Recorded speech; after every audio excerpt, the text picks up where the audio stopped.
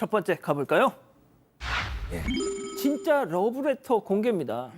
이 배우 고 김세론 씨의 미성년 시절 교제 의혹을 받았던 배우 김수현 씨 측에서 오늘 어떤 손편지를 공개했습니다. 자, 미성년 교제 의혹은 허구다 하는 증거물로서 공개된 것 같은데 설명 좀요.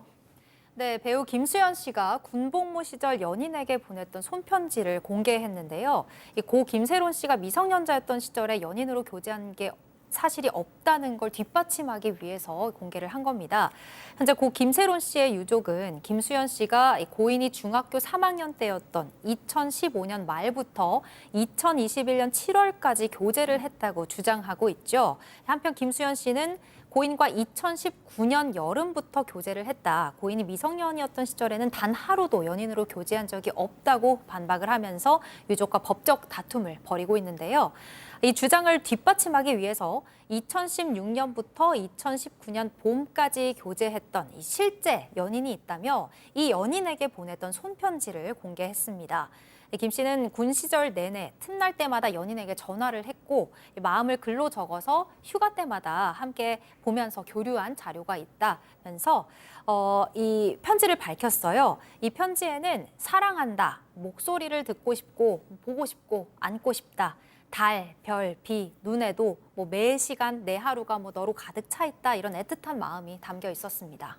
자, 교수님, 그런데 이 편지는 고 김세론 씨한테도 쓰지 않았었나요? 네, 2018년에 김수현 씨가 김세론 씨에게 보낸 편지에도 보고 싶다 등의 이제 내용이 담겨 있었어요. 근데 이 부분에 대해서 김수현 씨는 그거는 평범한 군인의 상투적인 표현이다. 정말 그 사랑하는 연인에게 사랑한다, 보고 싶다라고 했던 표현과 비교해 보면 확연히 온도 차이가 난다. 거기 그 김세론 씨에게 쓴 글에서는 그날의 감상, 군대 생활, 날씨 이런 내용이 주를 이뤘다라고 밝혔습니다. 그렇군요. 예, 알겠습니다. 다음 이어가죠. 예, 골프 치다가 봉변입니다. 자, 어느 스크린 골프 연습장에서 벌어진 충격적인 장면, 제보 영상 만나보시죠. 자, 한 남성 연습 시작을 위해 자리에 서서 자, 꾹꾹 스크린 기계를 조작하는데요. 자, 그런데 갑자기 자, 보세요. 갑자기 아유, 앞사랑스야. 크게 휘두른 골프채에 그만 머리를 꽝! 머리를 부여잡은 채 고통스러워하며 주저앉아 있는데요. 아우, 영상만 봐도 내 머리가 다 아프네. 너무 아파 보입니다. 지난 3월에 경기도 김포의 한 실내 스크린 골프 연습장에서 제보자가 직접 겪은 일인데요.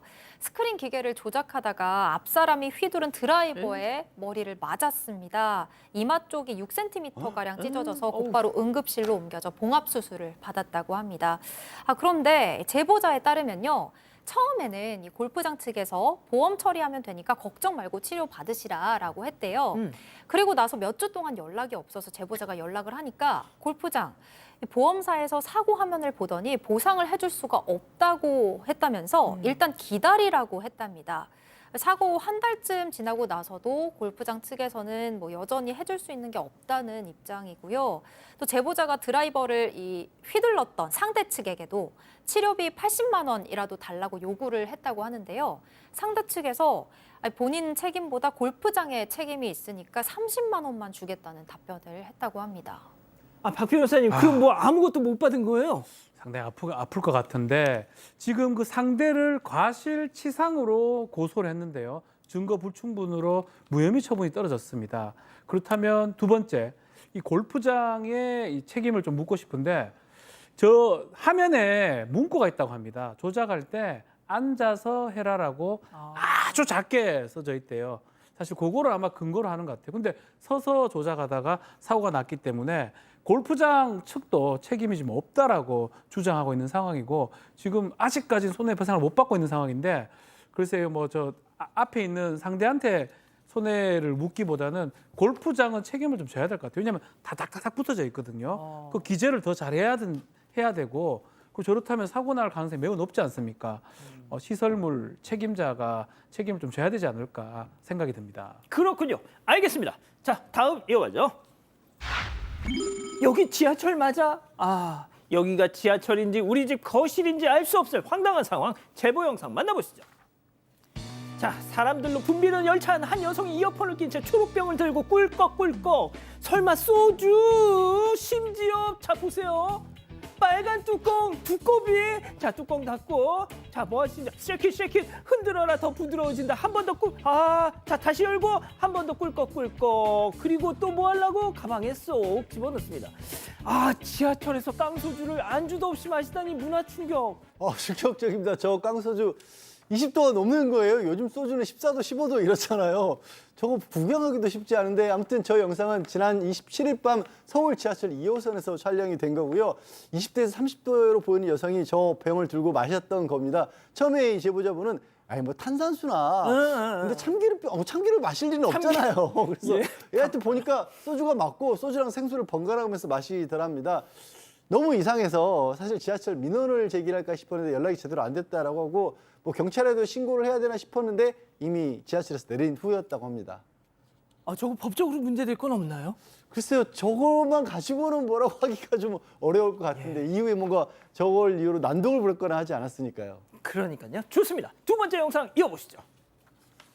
자, 지하철 노약자석에 앉은 한 여성 손을 쳐다보면서 무언가 열중하는데 자세히 보니 똑똑 손톱깎이 초집중. 무릎에 받쳐놓은 거라고는 가방뿐. 잘려진 손톱들은 그렇다면 도대체 어디로 갈까요?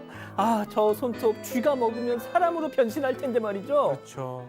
쥐가 저것도 먹지도 않습니다. 저런 거는 먹지도 않는데 지하철에서 있었던 일입니다. 두 가지가 눈에 띄죠.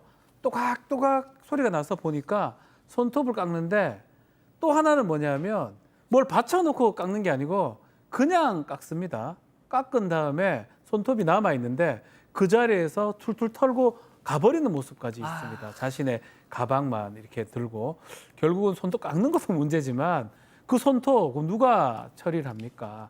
본인이 깎고 버리지 않고 그냥 내버려두고 가서 너무 놀라서 제보를 한 것 같습니다. 애초에 저기서 깎는 게 문제 아닙니까? 깎지 말아야죠. 예. 깎지 말아요. 집에서 깎으세요. 아니면 네. 기르세요. 좋습니다.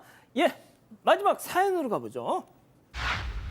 지나친 강각 양약. 강약 약강이 아니고 강각 양약. 헷갈리네요. 자, 집단 지성의 판단을 받아보고 싶으시다면서 제보해 주신 사연 함께 들어보시죠.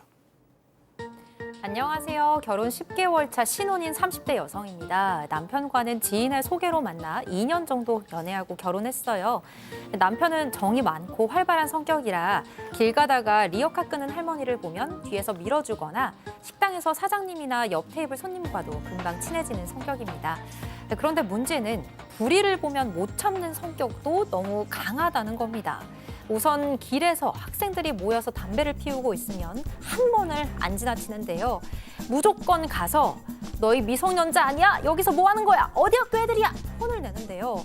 다행히 남편 덩치가 있어서 애들도 쉽게 항의를 하지는 못하는데 그래도 10번 중 서너 번은 같이 싸우다가 경찰을 부르고 나서야 끝이 납니다. 또 식당에서 다른 손님들이 술에 취해서 진상을 부리면 벌떡 일어나서 내일인 양 나서는데요. 한바탕 싸우다가 사장님이 말려서 끝난 적도 있고요. 남편과 달리 저는 매우 내성적인 성격이라 제 입장에선 가만히 있으면 대출 마무리될 일을 굳이 키운다는 생각이 들기도 하거든요. 연애할 때는 정의감 있고 남자답다고 생각했지만 결혼을 하고 나니까 나중에 아이랑 있을 때도 이러면 어쩌나 고민이 깊습니다. 강강약약이 너무 심한 우리 남편 대체 어떻게 하면 좋을까요? 기다리고 기다리셨던 부처 핸즈업 타임. 6천여 분의 우리 가족 여러분들 채팅창에 OX로 함께 참여해 보시죠. 먼저 남편입니다. 하은아, 아유 이런 깍쟁이. 고민을 빙자한 신랑 자랑. 아유 영리해 아주 그냥 특급 칭찬해. 알어, 오빠 멋있는 거 미안하지만 오빠도 다 알아. 자기 이런 신랑이랑 같이 살아서 완전 좋지. 그지? 으이그 멋있으면 멋있다고 그냥 말을 해라. 머리 나쁜 사람들은 못 알아들어. 동그라미. 좋습니다. 다음 사연자 아내. 오빠, 지훈 오빠 뭐가 특급 칭찬이야. 나 진짜 걱정되고 짜증나서 진짜 진심으로 한 소리야 지금. 아니 왜 오빠가 심판자 노릇을 하려고 그래. 오지랖 좀 떨지 마시고요. 요즘 세상 얼마나 흉흉해. 진짜 미치광이들 만나면 어쩌려고 그러니. 이제 오빠 혼자 아니다. 제발 좀 X. 자, 교수님.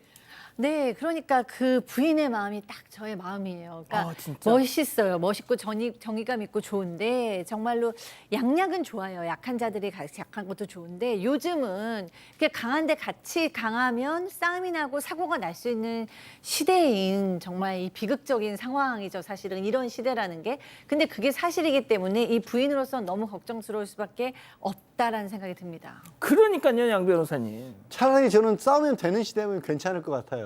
어. 7, 80년대면 되더라도 차라리 몸싸움하고 신랑이하고 멱살 잡고 가더라도 또 털고 내려가고 파출소에서도 진정들 하세요. 돌려보낸 시대면 모르겠는데 변호사 입장에서 요즘에는요. 그런 충돌이 있으면 뻑 하면 고소고발로 휩싸이기 쉽습니다. 또 맞습니다. 법적인 문제까지 발생할 수 있기 때문에 남편분 저기 뭐 격투기 도장 같은 데를 좀 끊어주시면 어떨까. 거기 가서 힘 좀 빼시라고. 아, 거기서 화를 좀 사기시고 와라. 네. 아, 자, 김하은 아나운서. 아, 요즘 세상이 하도 험해서 제가 아내 입장이라면 많이 불안할 것 같아요. 가족을 위해서 진짜 약한 분들에게 약하게 다가가고 따뜻하게 대하는 건 너무 좋지만 강은 조금 자제하는 게 어떨까 싶습니다. 김하은 아나운서도 이 바깥분도 남편분도 되게 덩치 좋잖아요. 네. 저럴 그리고 때 어떻게 해요? 되게 정의롭긴 한데 좀 가족이 생기고 아이가 생기다 보니까 또 아, 성질 좀 막- 죽이고 살아요, 요즘에? 죽이고 살고 있습니다. 그렇군요, 박 변호사님. 아, 저는 그렇게 하지 못해서 사실은 저는 반대거든요. 음. 반대인데 이게 약 사실 바람직하죠. 근데 이제 두 분 말씀은 맞아요. 세 분 다 말씀하셨지만 어떤 문제가 일어나면 안 되겠죠. 분명히 그렇게 하는 건 필요한데 이게 문제가 일으킬 정도로 뭐 범죄가 된다든지 접촉이 일어난다든지 이런 거는 문제되니까 아내분이 한두 번씩 말씀을 계속 고지를 할 필요는 있는 것 같은데 성품이 잘 안 바뀔 겁니다. 성품이 그대로 갈 거예요. 범죄 안 가는 정도에서 약간 할 수 있도록 그렇게 응원해 주는 게 좀 더 필요하지 않나. 여보, 힘내. 힘내? 때리지 마. 이렇게 요 정도 하는 게 좀 필요하지 않나 이 생각이 듭니다. 그렇군요. 우리 가족 여러분들 뭐라고 하시나요? 애용 박사님께서는 와 어른이네요. 나이만 먹은 것들 말고 진짜 어른입니다라고 해주셨고요. 리리님은 세상이 험해요. 제발 상식선에서 행동하세요라고 하셨고요. 순이손님께서 양앵커 연기 대박 잘해요. 연기자로 전향하세요라고 제안해 주셨습니다.